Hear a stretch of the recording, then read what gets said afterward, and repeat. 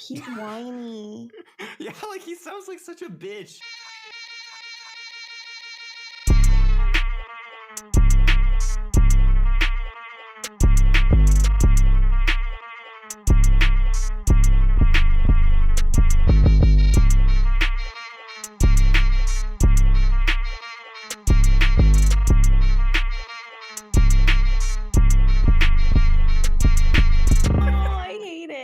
Now we should be back. Is it we're so back right now? It looks like we're so back. It looks and our audio waveforms. So here's the thing. Get that mic. The idea is to have it a little bit off to the side in theory. Like this?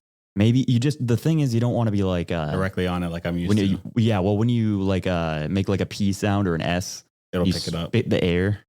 It's going to go into it. So for those of you who are wondering why we're giving this such detailed minutia, it is because we are recording not from our basements, not from Zoom, not from our apartments. We are recording live in a fucking studio, in a recording studio, with the most legitimate recording setup we have ever had. So if anyone complains about our audio quality this time, it's literally impossible for it to be bad. Well, it's still possible. There's still a way. Yeah. There's always a way, but hey, listen, we gave you a break week, and then you come back to fucking in person and studio recording. So it's like, come on, this is right. Like this is about as good as you can hope for, right? Now there's also like monitoring feedback that we don't have the headphones on, right? So if you took a picture of us right now, people would be like, I don't know, are they really even podcasting? Like, but we don't look official, but we have the mic, so that's as far as we're gonna take it. Yeah, and we came down and we rode over here together. Yeah, on my motorcycle, on the back of his motorcycle. Yeah, and it's kind of funny because my inner thigh started sweating, and I was like, "Wow, am I wet like a girl, or is it just the sweat dripping down?" Well, I could tell. I was like, Verse is like trying really hard not to like wrap his legs around my my torso here, right? Like he's being very conscious, right? And it's like it's hard too. Like that's the thing is like. Motorcycles, they're made, if there's going to be two people on them, it's very specifically made for a guy and like either a girl who he's trying to like mac on or like a girl who he's like married to, right? Yeah. Because like there's no way for the passenger to hold on the back seat without it being like I don't want to yeah, like it's intimate. Like I don't want to say necessarily sexual, but it's intimate. It's definitely like intimate. Like I'm feeling my sweat on the inner thigh rub up against him. I'm like, wow, this is very erotic. But you know, hey, we make it through this. This is like an icebreaker moment. It's like a team building. Yeah, it's definitely like a Verse and Lucas like corporate team building retreat type thing that we've got going on. And the other really funny thing about it is like so you know how normally like you're supposed to be wrapping your arms around like the waist of like the person in front of you as like a handle. That obviously like wasn't happening, right? Absolutely. So he was trying to use like the handles on the side, which means like when you break, it's like a fucking test of endurance. Like the whole thing. And I mean, so when you have a motorcycle, right? So they're made, you know, like my bike's a pretty heavy bike. It's like a Bandit 1250S. It's got a really nice big bore engine. We got like 80-90 foot-pounds of torque from all the way under I want to say like everything under like 2,000 RPMs. Like she pulls hard, boys. She pulls hard. But this is like a 500-pound bike, and you get a couple of 200-pound dudes on the back of that thing. You're doubling the amount of weight that this thing thinks it's going to be having to carry. Because like the other thing you got to remember, this is a Japanese bike. And Japanese bikes are tuned for Japanese men. And Japanese men weigh about 121 pounds on average. So we're bottoming out the suspension. The suspension dynamics are really wacky, like turning, cornering, even just like starting feels really weird. You know, it's all handleable and stuff. But it's like if I were to tell Verse how unusual it feels compared to like how it normally feels with just me on it, it would scare him. He would be worried. And he wouldn't want to get back on. And I wasn't wearing a helmet, so we're just only I had the helmet because I'm really considerate. I'm expendable. Yeah, well, yeah. It was like so I only have one helmet. I took my bike down here. We did a little bit of an impromptu cross-country journey, right? So like a little bit of a 16-hour motorcycle ride down here in the last minute occurred. And it was a true test of endurance, right? So like you think about like a 16-hour car ride and it's like, that's already pretty bad, right? Like that's not necessarily something that you want to be I don't know. Doing regularly. Yeah, like it's not something that the average person really gets off on, I'd say. But on a bike, dude, like with the wind, and you've got to remember, like you're on there, it's not like a car where like you can like let the wheel kind of go. You can move it with your thumbs a little bit. You can move it with your left arm or your right. Like you have the throttle that you have to be constantly holding at one position with your wrist. You have the clutch and the brake that you have to like always be on because you're on the highway, right? And it's like you have to be ready to brake because if the person in front of you stops, then you just die. Yeah. Like he's on a knife edge the whole way. Yeah. Yeah. So it's like, it's just really, really fatiguing compared to a car. And I came down here. I had a breakdown on the way up here. I towed myself to the nearest motorcycle maintenance shop. As soon as I get off, I on the whole way up there in the sidecar, not this, in the cab of the tow truck with this woman. It was like I don't know, like she was a very Southern, the Southern Belle. She was a big old Southern gal. She looked like she could fuck up like a bull, like just like take that thing, like pick it up over her shoulder, like do some judo move and just like slam it back down on the mat, knock the air out of this thing. Give a nice little belly pat afterwards. Yeah, I felt. Yeah. No, she was definitely like a big, like robust woman. She manhandled my bike onto that tow truck. It was like watching her strap it up was like super funny. I was like, that's that rodeo. She got that rodeo strength. Yeah, no, she was real good about it. And we were talking, and I was asking. There's a bunch of like fentanyl billboards down there, just like. Oh yeah, no. Well, there's a fucking Narcan vending machines in all around Austin. Really? Yeah, I have a Narcan in my apartment just in case. It's just free. You just press the button and it vends out Narcan.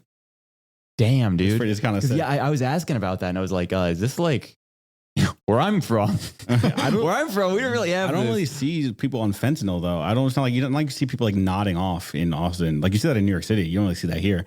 So I guess they're just being precaution, whatever. Well, she said it was a big problem in the communities, and she knew like a lot of people who like died from it and stuff. Oh, people do, but I think it's because it's late. Like they think it's coke or something, and it's just fentanyl. Yeah. Well, and I was explaining it, and so for those of you who don't know, the thing with fentanyl is like. It's just like a very potent molecule, right? So like in order to get high on a given amount of like heroin, maybe you would need like 100 milligrams, whereas you could overdose on 3 milligrams of fentanyl, right? So the issue with that is that like imagine you have a 3 milligram chunk and you're trying to like, so like what people do is if they want to pretend that fentanyl is heroin, they'll take like a gram of cut and then they'll take like 2 or 3 or 4 or 5 milligrams of fentanyl, and they'll try and mix it up, right? Mm-hmm. But now imagine the mechanism that the average drug dealer has in their kitchen sink for like consistently mixing something, right? It doesn't exist. Yeah. So you're realistically what you're gonna have is you're gonna have like a gram. Yeah, you're gonna have like a gram of powder, and then you're gonna have like I don't know, a solid chunk in there somewhere that's gonna have like we have a visitor peeking in from the outside of our studio here, but we're going to have like a solid chunk in there somewhere. Maybe it gets broken up into like 2 or 3 little pieces. But so this person is going to go and they're going to break up the drugs.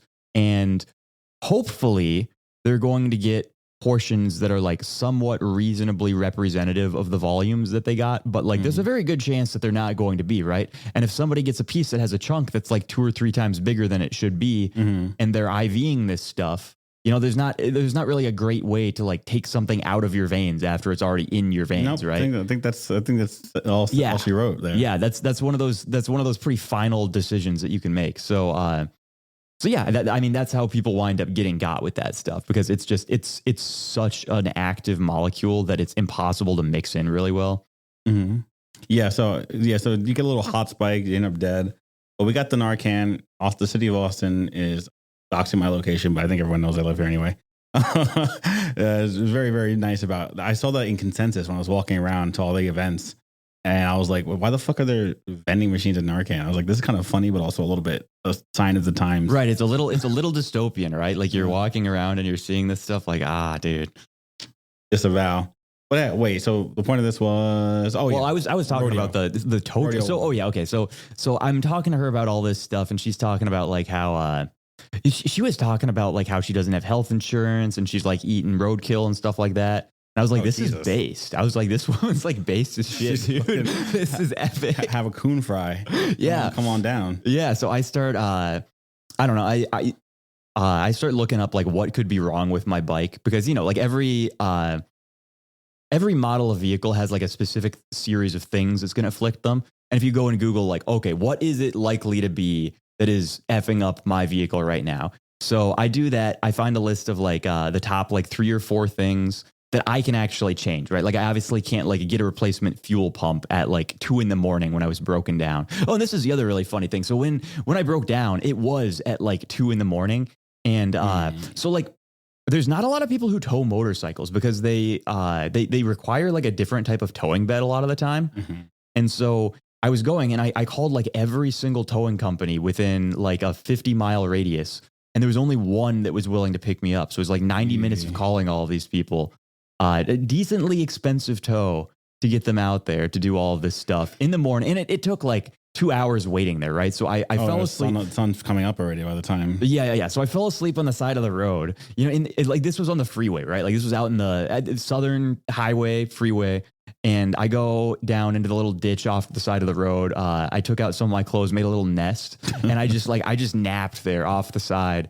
And I wake up and I hear like a bunch of rustling in the trees off to the side. And it sounds like big. Like I'm like, oh, like that's not a small animal, right? Like that's them. They're coyotes. Yeah, well, it didn't sound like a coyote. It sounded bigger than a coyote. And I was like, I mean, where I'm from, man, that's a deer. But like, I don't know what the fuck they've got down here. So I was getting a little bit worried about all of that stuff. And then right when I wake up, the headlights show up. They come up, they pull up, and they start helping me tow off and stuff like that. So yeah, then we get down there. And as soon as we get to the auto shop and I go and I try everything, right? So it was like clean off all of the electrical contacts if it's been outside, shake out the fuel filter, see if you can like pull out some crumbs or stuff like that, do some basic like harness troubleshooting, check your fuses, et cetera, et cetera.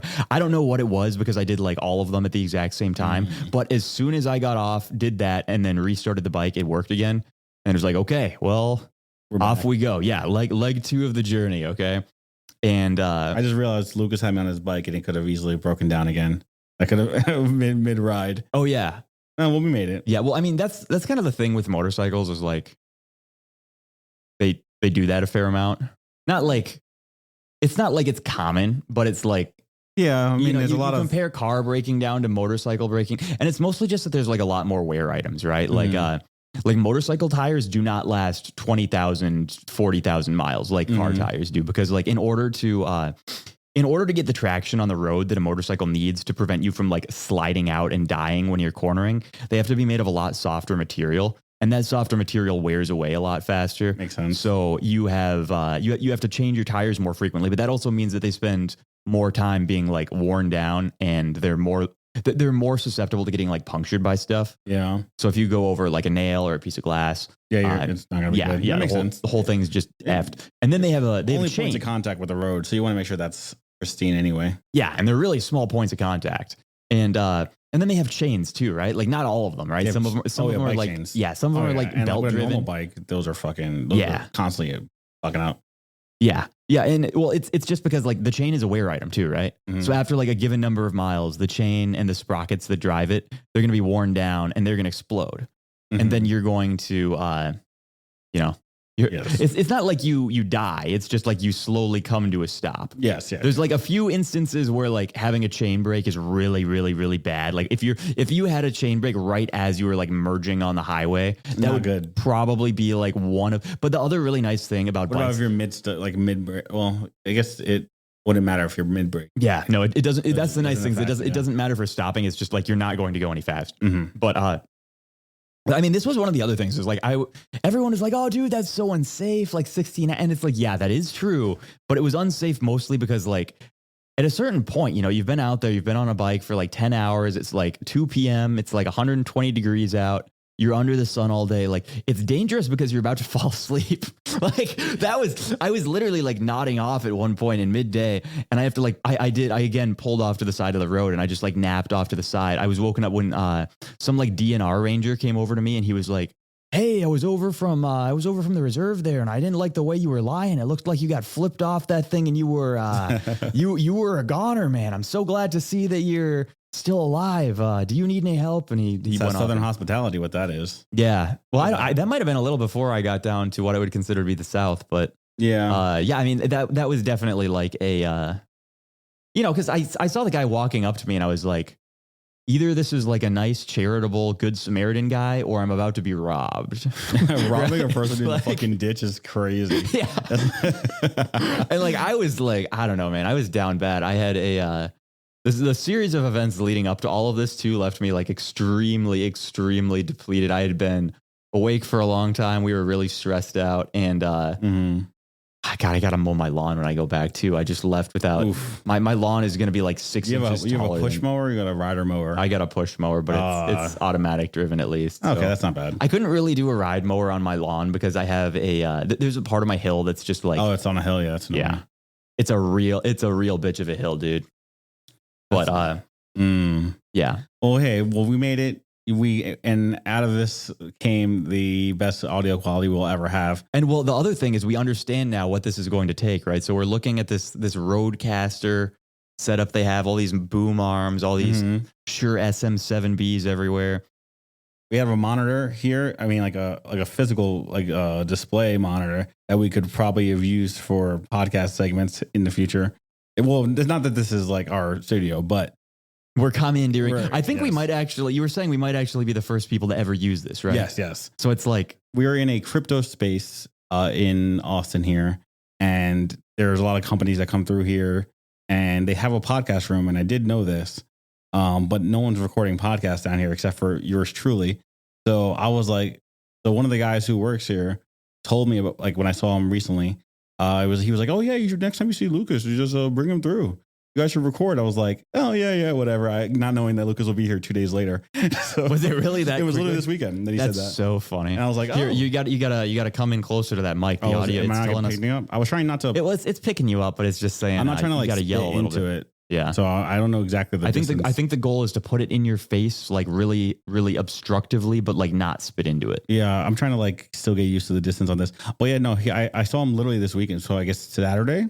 And he said that, and I was like, oh yeah, I don't know when Lucas is coming into town, but next time he does, sure, let's do it. Yeah, and then I just hit verse up out of nowhere, like, hey bro, could I crash at your place? So yeah, it worked out. So, and that's why, because I probably would never even remember this at all, that this existed had he not reminded me. So this is serendipity. We like that. Universe working in mysterious ways. And we skipped a week, so hey, we got to give you the good shit, We got to give you at least moderate shit, right? So at least moderate. That was the first time that we have ever missed an episode and that's pretty good, I will say. That's pretty good consistency for two guys podcasting out of a basement. Before we get the naysayers, this is the first time we actually explicitly missed one. We have been late a lot. I will say we have been late. We're both horrible procrastinators. And the thing is, like, we both do different things. So like, verse is later on in the chain. So when I'm procrastinating up chain, it then gets passed down to verse. Yeah. So we have the backlog and it just needs to be mixed and stuff. But this time we actually, not only because we wanted to start doing the weekly thing, we don't have a backlog. We were trying to incentivize ourselves to do it weekly. However, there's of course the other part that we ignored, that there are life circumstances that can interfere with this weekly plan. Yeah, we did not think about that. A lot of the other stuff too, like it would have been really hard to do weekly while I was in like Tokyo or whatever. Oh yeah, absolutely. That would have been impossible. So I'm glad. I think if we have anything planned out, we probably should just be going out and building up a little bit of a backlog. But yeah, or we could just do like standalone like episodes that are not topical that we could just keep in the can. Right, like we just record a random hour and a half about. This hasn't really been topical either, I guess. We can't do topical. We're too like fucking schizo. There have been like 87 times we've tried to plan out some sort of a logical progression of subjects and whatever. Nope. And it just doesn't seem to want to be what happens. We can't even interview our guests when we have them on, so I don't think that's gonna. We could probably interview them if we made it an interview. It's just, no. It's not that they don't want to be interviewed. It's that you and I are not interviewing. No. But what I'm saying is that like we've never approached it as an interview. We've always approached it as like we have a guest, right? I think if we framed it as an interview, it would force us to just ask them questions. Like we would be sitting there like grilling them the whole time. We should ask them weird questions. All right, next time we have a guest, Default Friend wants us to be a guest. Oh, speaking of guys, I don't know if you guys saw this. Default Friend wrote an article for Unheard Magazine or something like that. Some random magazine she writes for. She writes for a million magazines. And she was writing about it. She was like, oh, do you know any podcasts that's like the Whatever podcast? And I didn't know what the fuck the Whatever podcast was. In fact, I didn't know it was a manosphere podcast. I just said Vers and Lucas. And she said, okay. She said, okay, sure. And she's like, I'm giving you a shout out. I was like, perfect. And then I read the article and it's like podcasts like the Whatever podcast and Rollo Tomasi and the Vers and Lucas. They're small but caustic. And then Andrew Tate. And I'm like, okay, I guess we're manosphere. But she gave us the link, so I'll take it. Any publicity is good publicity. That's super funny. I thought that she listened to our podcast and she determined independently that like, oh, these guys are like the Andrew Tates of the next generation. I wish we were. That's a bag and a half. I could take that. I'll be the Andrew. I'll get the fucking negative publicity just for the bag. I don't know, dude. I might be too conflict averse. I might turn down the hundreds of millions of dollars if it means everyone's going to be mean to me on the internet. Well, the thing is, most of the time, Andrew Tate doesn't even talk about women. So I don't even know how. His most viral clips are about women. Most of the time he just says weird shit. And he's like, do you want to fuck Megan Fox with a dick or Hulk Hogan with a pussy? That's most of his content. He just fucking like does karate in his fucking like underwear and like talks about his Lamborghinis or his Bugattis, excuse me. I honestly, like, I've seen so little Andrew Tate content. Like when I see the clips that everyone's getting outraged about, if I read somebody quote tweeting something and I see their like quote tweet and I say like, that sounds kind of retarded. Like, the person quote tweeting this is a retard. Mm-hmm. And then I just assume like, the content itself isn't really something I need to be like worrying about. We probably could do a faux Andrew Tate ourselves and get similarly viral if we just like, cause he did it like tongue in cheek at first. He was just doing tongue in cheek. I know because I'm friends with people who were in like, there are now like Twitter. Cause this is the other thing. Like we've mentioned this before, but Andrew Tate like came out of our Twitter sphere. Yes. Like he was friends with all of our friends. There's a lot of like finance Twitter, crypto Twitter people who were like in group chats with him hanging out and stuff like that. Mm-hmm. And so like I'm in group chats where they're like, oh yeah, like Tate used to be like active in here as opposed to just like a person who's like, famous now, in the list of like members, but he used to like talk in here, and there would be like screenshots of him saying like bizarre shit and just like a group chat banter floating around. Yeah, so like it's very doable. We can take stranglehold of the zeitgeist. Should we feel, especially given this rave review of us being in the same sentence. Do you think we could do it just based off of people like saying that over and over? Like just if we get like 50 people to say like, oh yeah, like Vers and Lucas are like Andrew Tate. Like, do you think it'll just happen? Because like people don't have the ability to like. We need a clip. We need like an Andrew Tate-esque clip that they can use to demonstrate our manosphere. Because the average person, if I were to get like 10 people to all say Vers and Lucas are like Andrew Tate. And then they all say this to one person. And then you ask that one person, do you think they're similar? Like probably yes. 4 times out of 5, they're going to be like, yeah, man, like I totally see it. These guys are like a fucking like spitting image of Andrew Tate, dude. Yeah, I think we could do it. I mean, we're already at the fucking crux of every controversy online anywhere at this point, even though we don't do anything. But if it's not Milady stuff, if it's not evidently where Andrew Tate mimics, we got it. We're in here. We got fucking. You're at the controversy of your. Dude, I've really turned down the controversy wheel a lot. Like, no, not that. I was saying you're. Have you mentioned who you work with here? Oh yeah, I think we've talked a little bit. Yeah, about, you're at the center of controversy too. Like we're all. Yeah, I mean this actually really annoyed me. So for a long time, because I've been working with Open Exchange, right? So for a long time, I have been meaning to write an article about like a Substack post about my thesis, my investment thesis for this next crypto boom cycle. And the thesis basically goes, it's like the convict coin thesis. It's like you should be investing in the coins of like the fallen billionaires, right? Because there is never, ever going to be a time in your life when you get this kind of risk to reward because like, these people, they have billionaire level connections. They have billionaire level like abilities as a person, right? Like this, you can say like, oh, it was just like luck or something if someone gets to like $10 million. But like there's a certain level of personal wealth where you have to stop coping and you have to say like, this person actually does have something that is like a superhuman talent that allowed them to get to this point. And like for me, that's definitely like $1 billion. Like if somebody manages to start something and build it all the way to $1 billion, it's like, okay, this dude is special, right? And the main investment for the whole thesis was going to be Flex. which was the native token of CoinFlex, which got rebranded to OpenX when they bought it out, and they bought the back end infrastructure, right?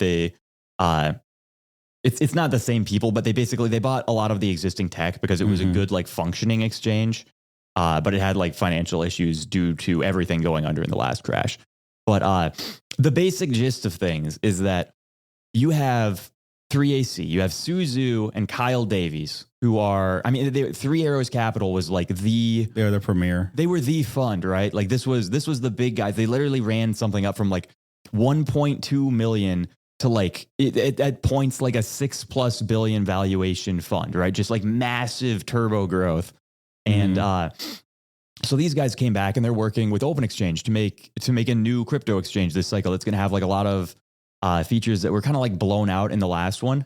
Like the big one is the bankruptcy claims trading. That's the big foot in the door, right? Because all of these other exchanges went down. They got blown out when FTX went under, and you know the funds just dried up. Like everybody was over leveraged, and everybody else was like, you know, like the ratio of like real money to like leveraged money was like 1 to 10. So when the real money started going away out here, we were doing some serious fractionalized over leveraged nonsense out here.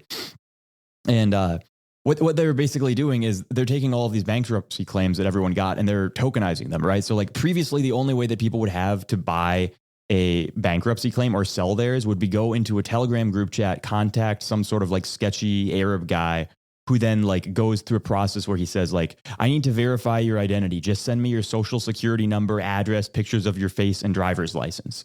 And then he gives you like 10 cents on the dollar for your claim, right? This kind of sucks. Like nobody wants to do, like if you can get over the thing of sending Telegram Arab guy your social security number, then you get like an extremely undervalued payment for your claim, right? Because there's no open market for this stuff. It's just like, you know, like you're not exactly out here in a position where you as a seller have the ability to like shop around for like who the best buyer is going to be, because there's no buyer's market. So what Open Exchange is doing is they're tokenizing these and they're making a special purpose vehicle, I believe. It's an SPV. The acronym is SPV. It's some sort of a financial device that essentially takes all of the claims of a certain. So if there's like a Celsius SPV, everyone who has a Celsius claim is able to transact within that. Like that's like the same liquidity pool for it, right? So like everyone with a Celsius claim is going to get the same offer at the same time. And as the price trends up and down, you'll be able to buy or sell for something that is like shown on the open market as opposed to like some unknown. It's like an option, I guess. It's like an option. I guess that sounds like an option. No, it's just like a normal market. Like, oh, okay, never mind. Yeah, like think of so like you will have like the Celsius claims price that it's trading at, and you will have like so it's like however many cents on the dollar. So you get one Celsius claim token for $1 of your claim.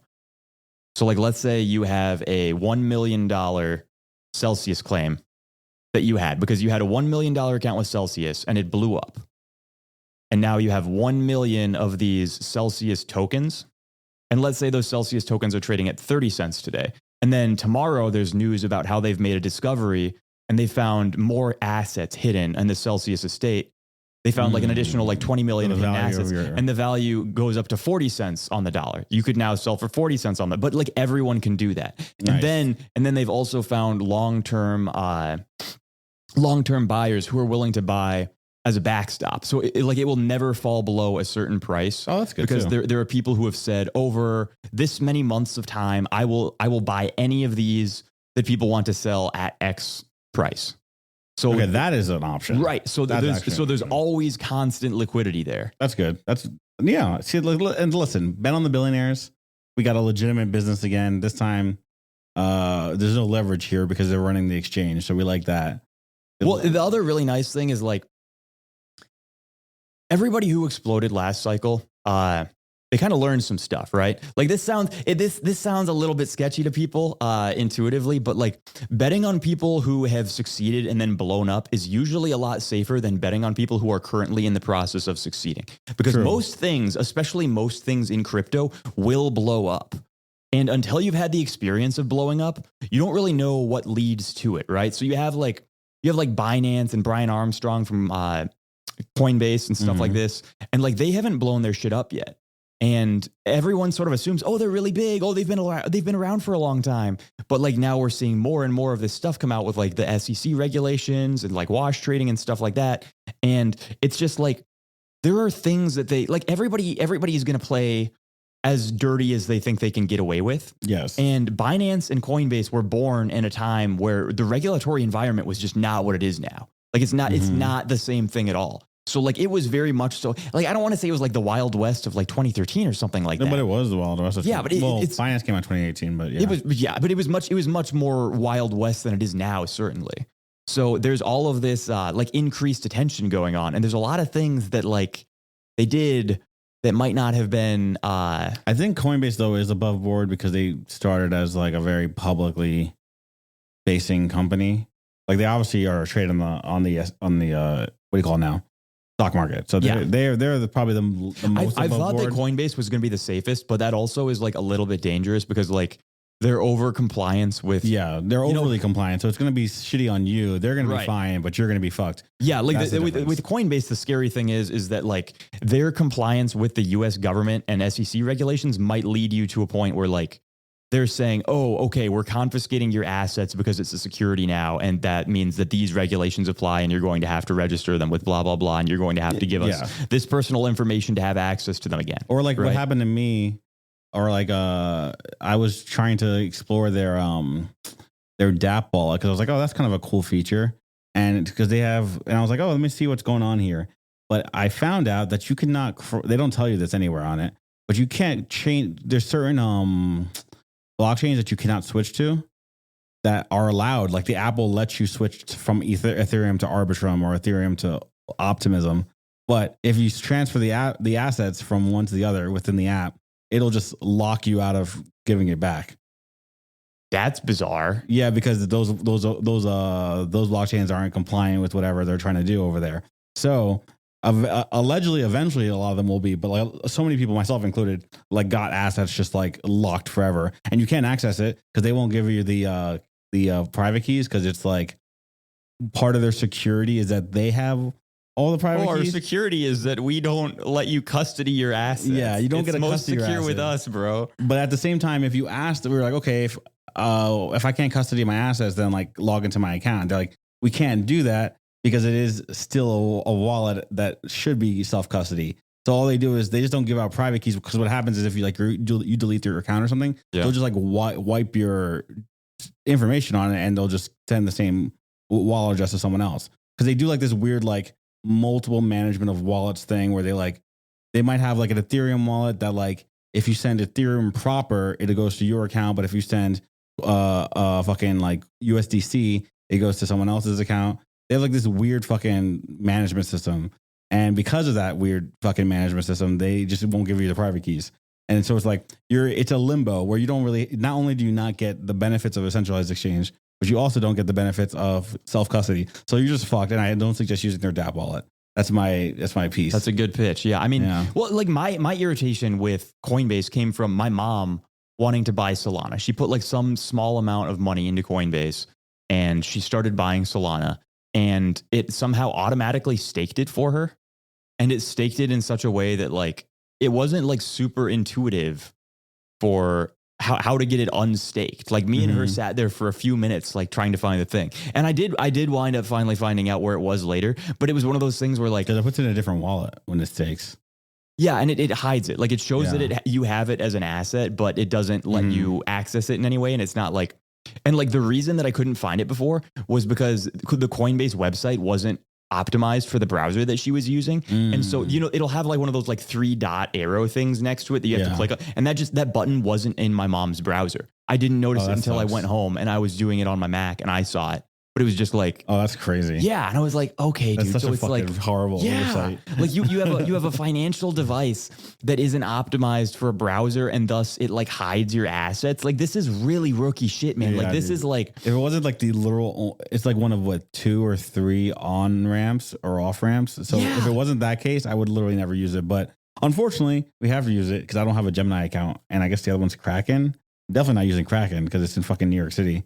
So anything that's in New York has to deal with extra bullshit. Oh yeah, that's true. So why are they in New York? I don't know why, or maybe Gemini's in New York. One of the two of them. I'm pretty sure it's Kraken's in New York. I like Gemini a lot. I hear Gemini's good. I just never this actually is from 2016. When I made my Coinbase account, I also made a Gemini account at the same time.